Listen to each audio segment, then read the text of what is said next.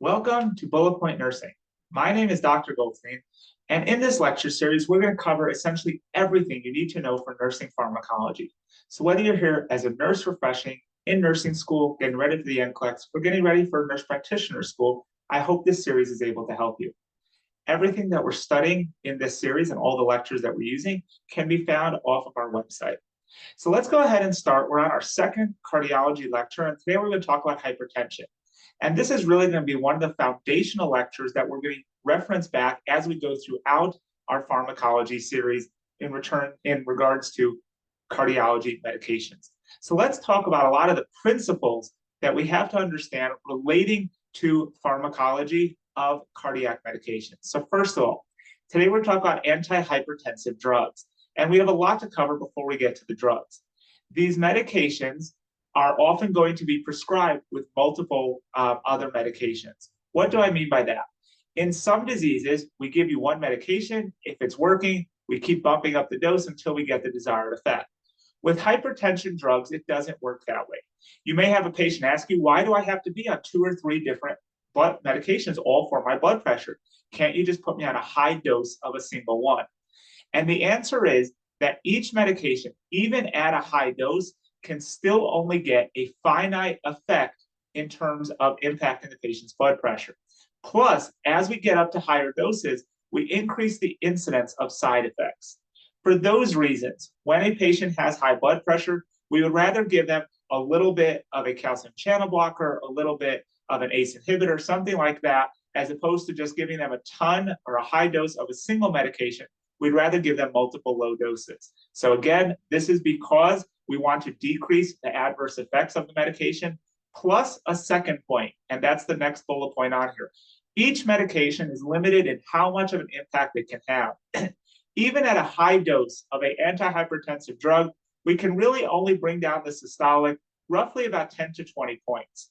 So if we need to drastically decrease their blood pressure, let's say they come in at 170 over 110, and they've been that way for the last 20 years, basically since the last time they saw a doctor. So we need to start slowly bringing their blood pressure down, but they need to come down 40 points. There is no one drug that's going to get them all the way down. So we need to give them multiple medications.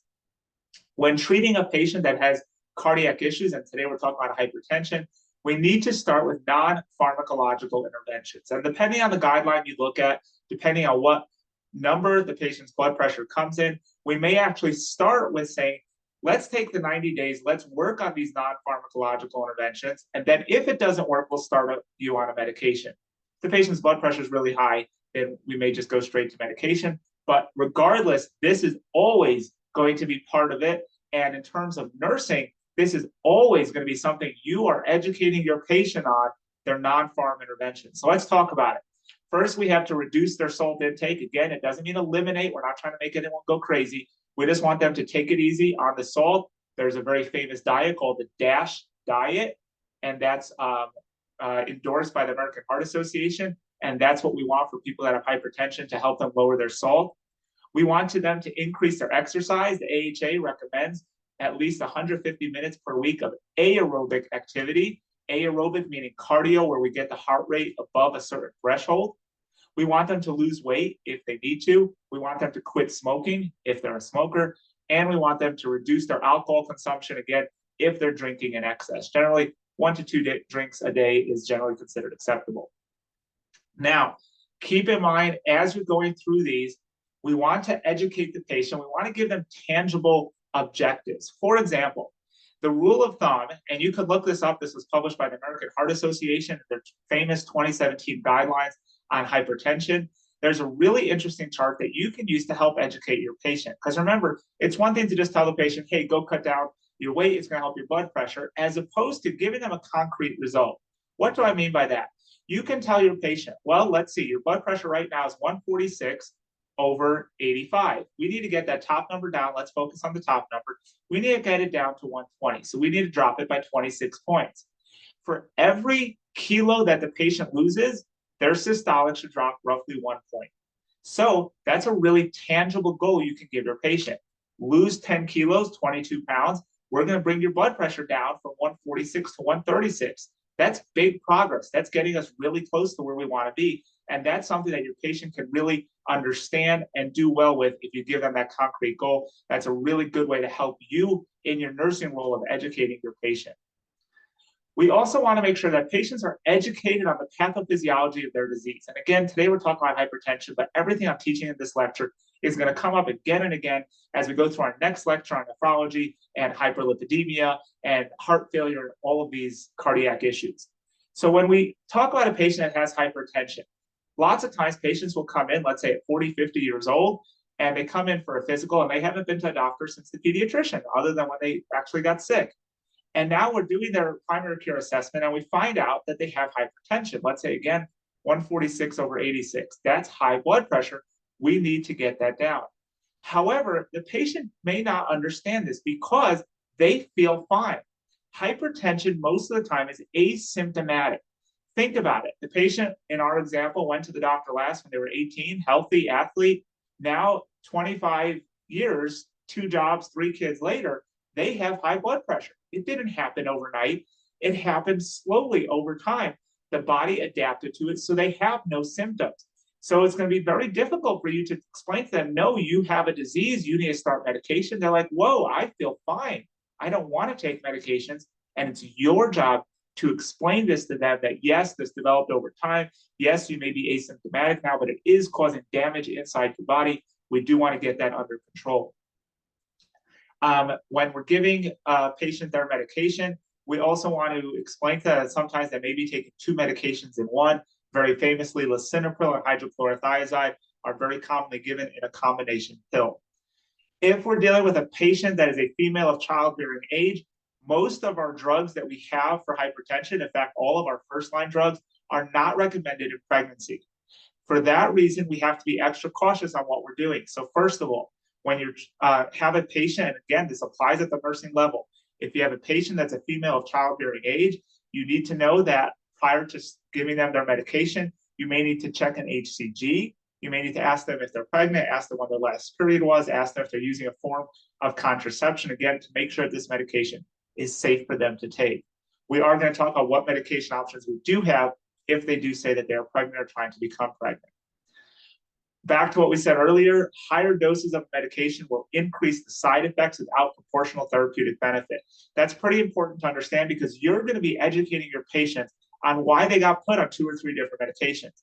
Most people don't like taking medications, certainly don't like taking multiple medications. It is your job to educate them on the value and the benefit of that.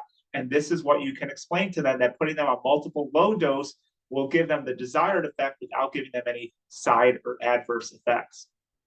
There is a concept called resistant hypertension, and that's when a patient we cannot get them to where they should be in terms of their blood pressure. What can the nurse do about this? First of all, ensure compliance. So I ask them, tell me, how are you taking your medication? If they tell you something that's incorrect, that's your chance to educate them on the proper manner of taking their medications. Consider white coat syndrome.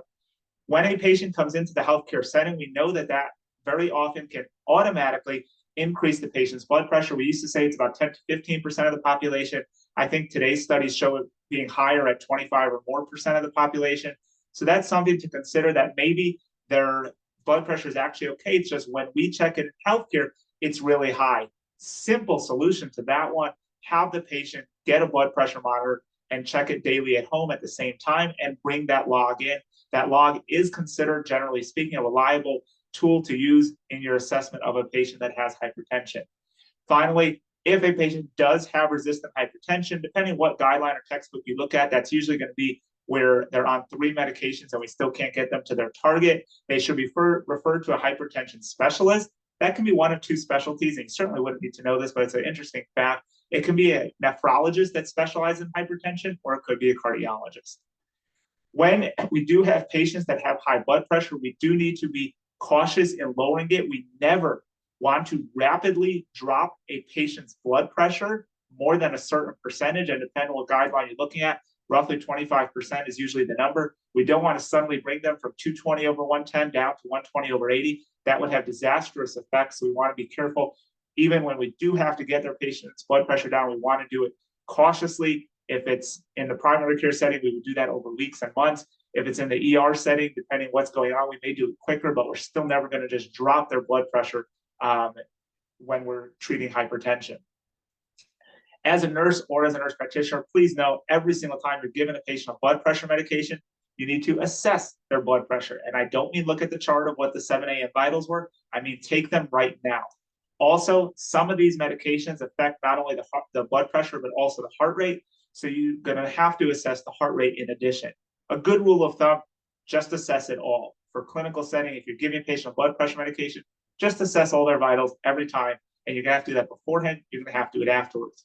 You do need to know the onsets of these drugs. And more importantly, you need to know PO versus IV, because a test may ask you, when would it be appropriate to reassess a patient's blood pressure after giving them their antihypertensive medication? And you need to recognize if it was given PO, I need to wait probably at least an hour before I reassess it, versus if it was given IV, I can assess it much faster. So you need to pay attention to that when you're taking any test questions. Anytime a patient is going on a medication for their blood pressure, generally speaking, this is going to be long-term medication, probably for the rest of their life. The only time we see patients come off it is if they get really serious about the non-pharmacological interventions, diet, exercise, quitting smoking, things like that. Then hopefully we could get them off. But again, that's always our goal. We always tell the patient that. But on the flip side, you also don't want to set them up that you need to get off of these or else you're going to be on it for the rest of their life. It's not a bad thing to be on it for the rest of your life, because as long as you have access to the medication, it is helping you out. So obviously we would rather not need it, but if we do need it, at least we have that available as that crutch to be able to help us get through life safely and healthy without having the adverse effects of the underlying condition, in this case, hypertension. When we are putting a patient on a blood pressure medication, we're always going to start off slow. And then if we do start taking them off of it, we're always going to taper it down. We're never going to just suddenly put a patient on a really high dose or suddenly tell them to stop taking their medication. Remember, with all these medications, you have to assess your patient, not only for the vitals, not only for the blood pressure, but you have to assess them for the signs and symptoms of hypertension, things like headache, things like palpitation, all of those things. You want to assess them prior to giving them the medication. And afterwards, you also want to assess them not only for their medication effects, or for their disease effects, but also their medication effects. And I'll give you one example that you're going to see as we go through all of these drugs right now. All of these drugs, or almost all of these drugs, are going to cause what's called orthostatic hypotension. So things like that, fatigue, hypotension, all of those things you're going to want to assess for all of them afterwards, especially on test questions. They could definitely get you on that. So let's talk about actual pharmacology. So what drugs do we have to actually treat someone that has hypertension? Well, we have our first-line agents, and then we have our alternative agents. So let's list each of those. ACEs and ARBs are going to be first-line agents, so that's two separate but very closely related drug classes. We have thiazide diuretics, and we have calcium channel blockers. Calcium channel blockers comes in two, let's call it flavors. It comes in dihydropyridines and non-dihydropyridines. When we talk about the first-line agent, we're talking about the dihydropyridines. The non-dihydropyridines, we're going to talk much more about it in about 10 minutes, but those medications are not considered the first-line agent. Only the dihydropyridines are. And then we have a bunch of alternative options. These are in no particular order: beta blockers, alpha-1 blockers, alpha-2 agonists, direct vasodilators, renin blockers, and sodium nitroprusside. So let's go ahead and start talking pharmacology. But since you are still here watching and hopefully enjoying this lecture series, please go ahead and hit that subscribe button. All of the content that we have available to you in these lectures and on this website are all available 100% free. And the only thing we ask is that you go ahead and subscribe to help support this channel and to help support the updating and addition of extra content. So let's go ahead and get into our first drug class. That is going to be ACE inhibitors. This is one of the most popular medications for hypertension today, at least in the United States. The drugs are talking about lisinopril, captopril, and so many others. They all end in PRIL or pril. So each of these medications are going to work on the renin-angiotensin-aldosterone system. I don't like to get too deep into pathophysiology, but we're going to have to here so that you understand how these medications work. So let's take a step back. The renin-angiotensin-aldosterone system is responsible for a few things, but the primary function of the system is to prevent our blood pressure from getting too low. Again, the primary function of the renin-angiotensin-aldosterone system, RAAS, is to prevent our blood pressure from getting too low. How does it work? Anytime the kidneys sense that the blood pressure is too low, at least as far as they're concerned, that they don't like it, they think it's too low, they're going to release renin. The kidneys release renin, whenever they sense the blood pressure is too low for their liking. Now, the liver is constantly producing something called angiotensinogen. Angiotensinogen is released by the liver and it floats around in our body. It makes its way to the lungs when, in combination with renin, it turns into angiotensin 1. So angiotensinogen by itself does nothing. Renin by itself does nothing. But when the two are together, remember, angiotensinogen is around all the time. Renin is only around when the kidney sense our blood pressure is low. So when that happens, the renin meets up with the angiotensinogen in the lungs, and they turn into angiotensin 1. Then they convert into angiotensin 2. And then they have two missions. One is vasoconstriction, and one is related to aldosterone use. So let's take it one at a time. They cause vasoconstriction. Vasoconstriction means my blood vessel gets smaller. If my blood vessel gets smaller, picture traffic. If I have traffic and suddenly I take away a lane, I make it go from 4 lanes down to 2 lanes, I am vasoconstricting. I'm making it smaller, the pathway smaller. I'm going to increase the traffic, increase the congestion, which in our case means increasing the pressure. The other thing this does is that it works on aldosterone. And it works on aldosterone and it gets the body to hold on to fluid. Okay, it gets the body to hold on to fluid. Again, let's picture traffic. If I'm going through traffic and I have a exit ramp and a lot of cars are getting off, that's going to lower my traffic. It's going to lower my blood pressure. But if I close that off, if I don't let the cars get off, I keep them on the road, then I'm going to keep the traffic higher. I'm going to keep the blood pressure higher. So by getting the body to hold on to fluids, I'm going to increase my blood pressure. And by getting the body to vasoconstrict, I'm going to keep my blood pressure higher. That is what RAS does, renin, angiotensin, aldosterone system. Since we're going through the pathophysiology here, let's take it one step further and let's talk about the third method that we have of increasing our blood pressure. The third method that we have is adding extra beats of the heart, making the heart beat faster, and that helps increase our blood pressure. So let's recap on all three, and let's just set it up with our traffic example. If I have a lot of traffic, what can I do to reduce the traffic? 3 things. 1, I can open up more lanes. If I open up more lanes, which our conversion of that would be vasodilating, if I open up more lanes, that would cause the patient to have a lower blood pressure. Second thing I could do, if I open up an exit ramp and I send a whole bunch of cars off, then that lowers my traffic, lowers my blood pressure. Third thing, if as cars are coming onto the roadway, I put a stoplight and I say, okay, 1 car can go, now the next car, now the next car. If I slow it down, instead of 1 car after another coming onto the road, if I slow it down, that's the third way that I can lower my blood pressure. So we have 3 ways that we can do it.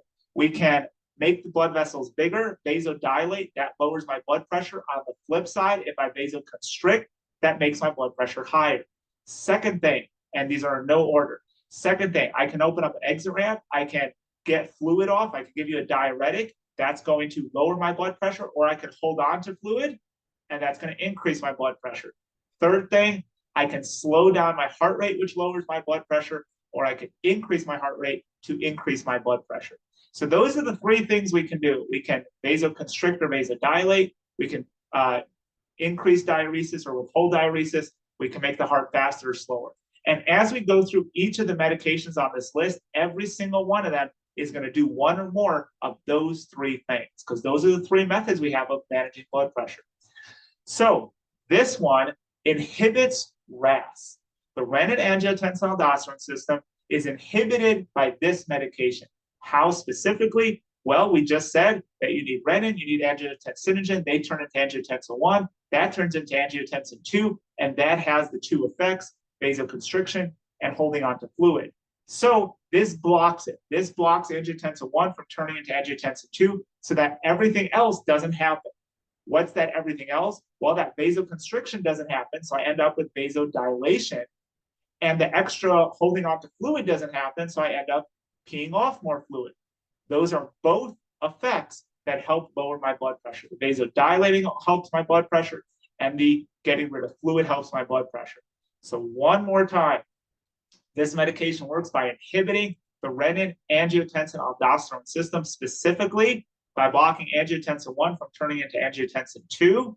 And by doing that, It's going to block the body from vasoconstricting, resulting in vasodilation. It's going to block the body from holding onto fluid, thereby releasing fluid. One last important note, it does much more of an effect on the vasoconstriction portion.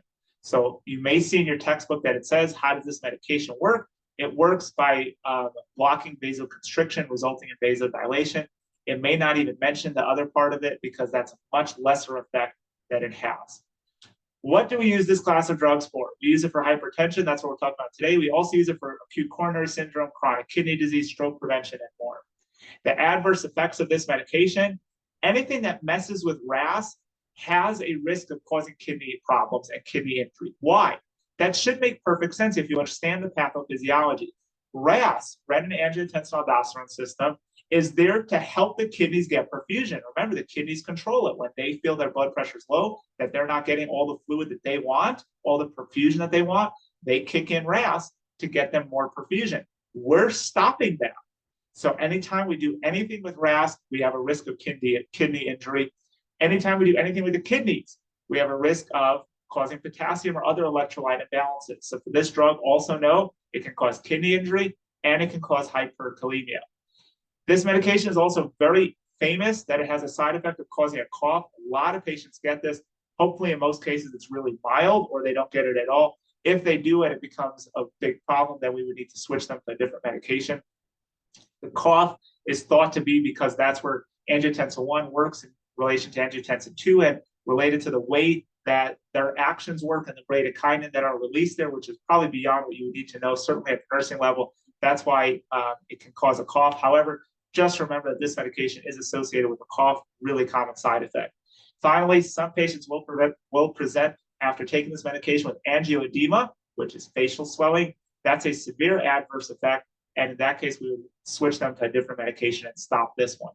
One specific ACE inhibitor, which is captopril, can cause neutropenia. Neutropenia is a low, it is immunosuppression. It's a low ability to be able to fight off infections. So be ready for test questions, especially at the nursing level related to that what would you educate your patient if they're on captopril, maybe something like immediately report a fever or take extra caution around people that are sick, things like that. Finally, any medication that interacts with RAS, with the renin-angiotensin-aldosterone system, is always teratogenic. So that means this patient cannot be a female of childbearing age trying to become pregnant. They cannot be on this medication. And again, we said we're going to have that for a whole bunch of the hypertension drugs. So the next drug class we have is ARBs, angiotensin receptor blocker, very commonly referred to as an ARB, ARB, ARB. The drugs in this class, losartan, valsartan, irbesartan, and so many others. How does this one work? This is still a drug that works on RAS, on the renin-angiotensin-aldosterone system, except the last one, the ACE inhibitor, or angiotensin converting enzyme inhibitor. The ACE inhibitor worked by blocking angiotensin 1 from turning into angiotensin 2 so that it couldn't have its effects. This one actually allows angiotensin 1 to turn into angiotensin 2, but then it blocks it. It doesn't let angiotensin 2 go anywhere or do anything.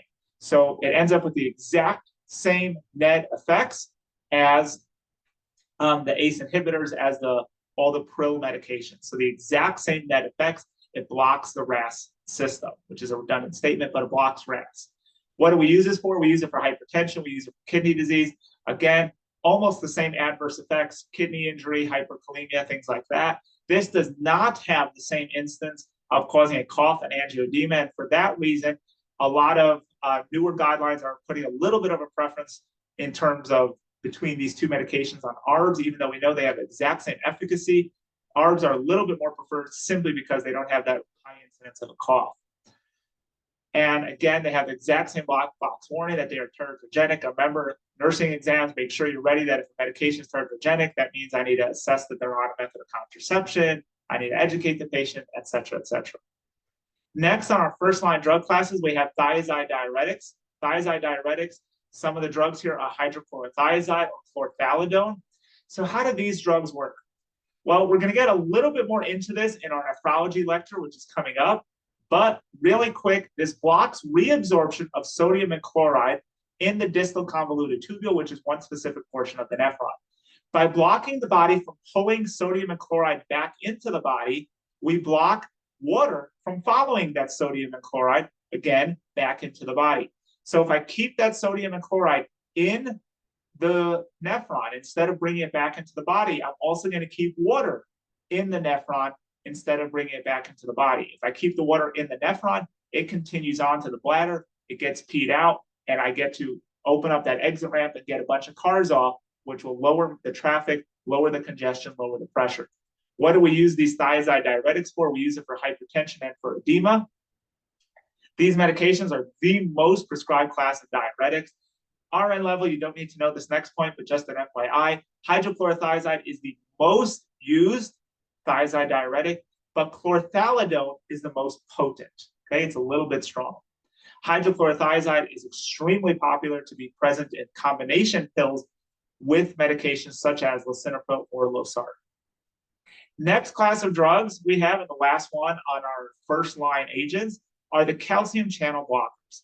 Now, calcium channel blockers, we said, comes in two flavors. Let's talk about the first one. The first one is called dihydropyridines. And the drugs we're talking about here are amlodipine, nicardipine, nifedipine, things like that.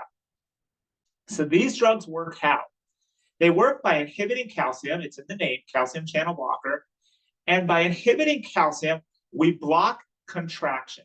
So let's take a second and remember from anatomy and physiology that we need all of the different electrolytes, potassium, sodium, calcium, etc., in order for cells to contract, whether they're heart cells, whether they're muscle cells, we need calcium for contraction. So if I block calcium, I get less contraction. When we talk about contraction in the blood vessel, when the blood vessel contracts, it constricts. If I block that, then instead of getting constriction, I'll get dilation. Again, dilation helps our blood pressure. So this medication works in our blood vessels by blocking calcium channels. It blocks constriction of our blood vessels, resulting in dilation of our blood vessels, which helps our patient have a lower blood pressure. What do we use this for? We use it for angina prevention, and we use it for hypertension. Adverse effects, edema, and orthostatic hypotension. Again, this medication is a first-line agent. In African Americans, this medication is generally considered our number one go-to medication. This and or a diuretic are our go-to medications in that population. This class of drugs, the calcium channel blockers, are split between dihydropyridines and non-dihydropyridines. So let's go ahead and talk about the second class. And here's the biggest difference. They both do the exact same thing. They're both calcium channel blockers. They block calcium channels, which blocks contraction of the muscle, which in our blood vessels means less constriction, more dilation. Now, the difference between the non-dihydropyridine and the dihydropyridine is where they have their effect. The non-dihydropyridines, I like to remember it as non-selective. It works on both the heart and the blood vessels. Versus the dihydropyridines, those are selective. Those are the ones we just finished talking about. Those are selective that they only block calcium channels in our vessels. They do not affect our heart. The non-dihydropyridines are non-selective. They block calcium channels everywhere, blood vessels, and our heart. So what's the difference? Well, we already said that it's going to block it in the vessels just like the last one. So that's going to cause, instead of constriction, it's going to cause dilation. But this class of drugs also does the same thing in our heart. And by blocking the calcium channels in our heart, it's going to slow down our contractions, which means it's going to slow down our heart rate. And like we said earlier, how can I lower my blood pressure? By slowing down the heart rate. I'm getting less volume into the system, less cars on the road, less traffic, less blood pressure. So what do we use this drug for? We use it for angina. Again, that's for angina prevention. We use it for atrial fibrillation, we use it for hypertension, and we use it for SVT. I do want to go back and make one point over here. This medication, the dihydropyridines, is not the one that we would use for angina. The one that we would use for angina would be the non-dihydropyridines. So this class of drugs, the non-dihydropyridine calcium channel blockers, has a bunch of uses. It's used for angina. It's used as an antiarrhythmic, which we'll get to in a few lectures. It's used for hypertension, which is what we're talking about today. And it's also used for SVT, which is supraventricular tachycardia, to slow down your heart rate. Because remember, the dihydropyridines do not impact your heart rate. These medications do impact your heart rate. The side effects or adverse effects of this medication, I know I just said a second ago, this is used for dysrhythmias, but go figure, it does have a side effect of causing dysrhythmias. In this class of drugs, you do need to assess the heart rate and the blood pressure, both prior to administration and following administration, versus the dihydropyridines, you would only need to assess the blood pressure itself. It doesn't impact the heart rate. Remember, for test taking purposes, please, I know I said that for clinical practice, assess one, assess all. If you need to check the blood pressure, just check all the vitals. But for test purposes, this medication is heart rate and blood pressure versus the previous would be just blood pressure. Now let's move on to a few alternative options for hypertension. And let me just point out that last bullet point, that this is not a first-line agent for hypertension. When we said calcium channel blockers are first-line agents, we did specifically say that refers to the dihydropyridines, not the non-dihydropyridines. So the next class of drugs we have are direct vasodilators. A few different drugs in this class would be hydralazine, nitroglycerin, and so on. How do these work? Exactly like the name signs, they are direct vasodilators. Remember, if we make the blood vessel bigger, if we open up more lanes on the interstate, we reduce the traffic, we reduce the blood pressure. So what are the indications for this? We use it for heart failure, we use it for hypertension, and we use it for hypertensive urgency or emergency, which is when we have a severe exacerbation of hypertension when the patient's symptomatic. The adverse effects of these drugs, they can have a lupus-like syndrome. Keep in mind, for test purposes, that may mean that you need to assess a lab called an ANA. Reflex tachycardia and hypotension. Again, anytime you see reflex tachycardia, that always goes along with orthostatic hypotension. That always goes along with tell the patient to slowly get up from a seated position. Tell the patient to be careful when they first get a new dose or an increase in their dose. Direct vasodilators such as nitroglycerin or hydralazine are very infamous for causing headaches. So make sure you educate your patient on that. I would expect you to get some sort of test question on that. What would you do about it? That's not where we would document as an allergy. That's not where we would hold off on giving it. That's just a known side effect. You can ask the provider to give you something like Tylenol for that.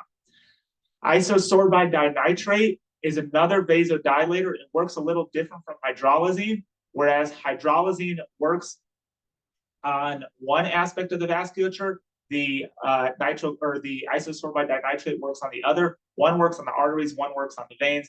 I wouldn't expect you to have to know that, but do know that isosorbide dinitrate is another vasodilator and it may be given in combination with hydralazine. We will talk more about this drug when we get to our heart failure lecture because that's where it's most commonly used. The next drug that we have is sodium nitroprusside, more commonly known as nipride. This is another direct vasodilator, except this one doesn't only dilate the veins or the arteries. This does both. It dilates both arteries and veins. The indications for this medication is heart failure and hypertension. This is an IV-only medication. This would be for acute hypertension where we have to emergently bring down a patient's blood pressure. This has a very infamous side effect that causes cyanide toxicity because it is metabolized into thiocyanate, which can cause cyanide toxicity. Because of how powerful this is, because it dramatically dilates your arteries and your veins, this can cause a reduce in your blood pressure. So you do need to watch out for that. It does have black box warning related to both risk of cyanide toxicity and dramatic hypotension. If the patient's blood pressure does get too low based on receiving this, they may get either an alpha blocker or they may get fluid, or an alpha agonist such as neosynephrine, or they may get fluids. Another drug that we have for blood pressure are the alpha-2 agonists such as clonidine and methyl-dopa. Clonidine and methyl-dopa are alpha-2 agonists. And what does that mean? Alpha-2, if you remember from A&P or from a previous lecture where we covered adrenergic agonists, alpha-2 slows down sympathetic response or inhibits sympathetic response. So sympathetic fight or flight, that gets our blood pressure up. By blocking that, that's going to bring our blood pressure down. That's how this drug works. This drug does have a side effect of causing drowsiness. Again, if I'm blocking fight or flight, which is where we get all jumped up and ready to go, then it would make sense that it can cause drowsiness as well. Methyl-dopa, I do want to point out, is generally considered one of the safe medications in pregnancy. We don't have many of the blood pressure medications that are considered safe in pregnancy. Methyl-dopa is one of them. The next drug class we have is a renin blocker. The drug here is aliskiren. We do not use this drug a whole lot, but the mechanism of action is that it inhibits renin. We spend a lot of time talking about renin. What is that? Renin is what kicks off the renin-angiotensin-aldosterone system. So when we look at renin, this blocks it. So this again prevents the whole renin-angiotensin-aldosterone system from increasing our blood pressure. By blocking it from increasing it, we decrease our blood pressure. What do we use it for? We use it for hypertension. Again, this is another alternative agent. This is never one of the first-line drugs. In fact, this is very uncommonly used. And this has the same black box warning as every drug that impacts RAS, in that it can cause teratogenicity. So you have to be ready for all the different things on that. If it's given to a female childbearing age, they have to be on some form of contraception.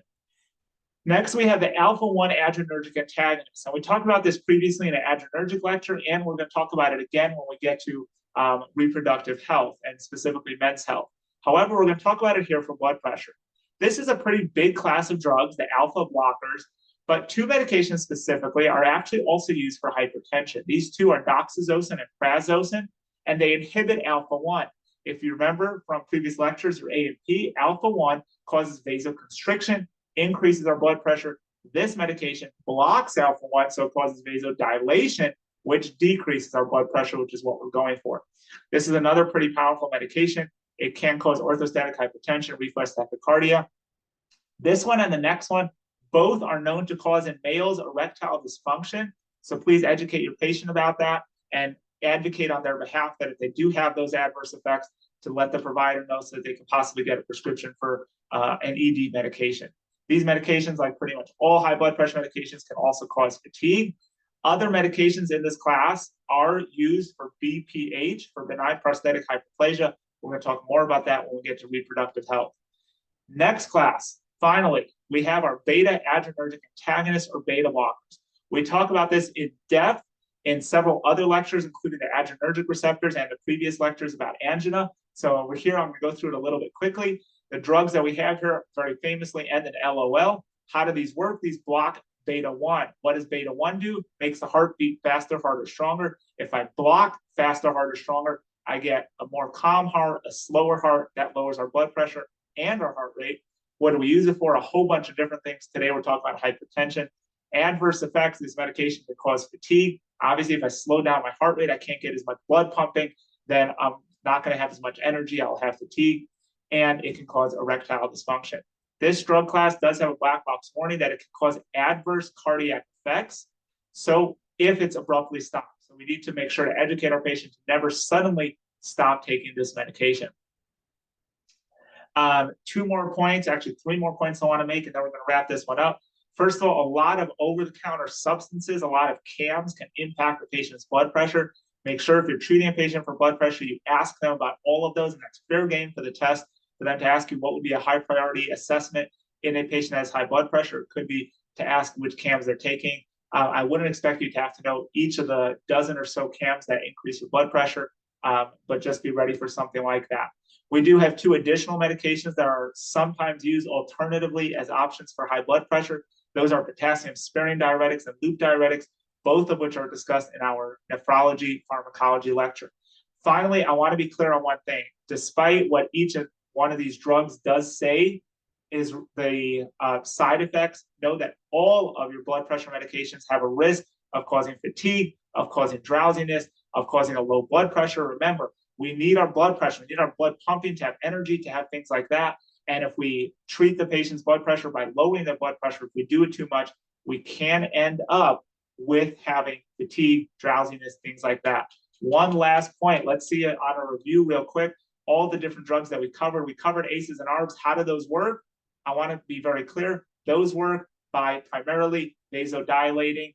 Thiazide diuretics, how do those work? Primarily by opening that exit ramp, by getting more fluid off. Calcium channel blockers, how do those work? Primarily by vasodilating. Beta blockers, how do those work? Those work by slowing the amount of cars that are coming onto the interstate, by slowing the amount of pump that the blood is pushing out. So that's how it lowers the heart rate. Alpha-1 blockers, how does that work? Again, vasodilation. Alpha-2 agonists, how do those work?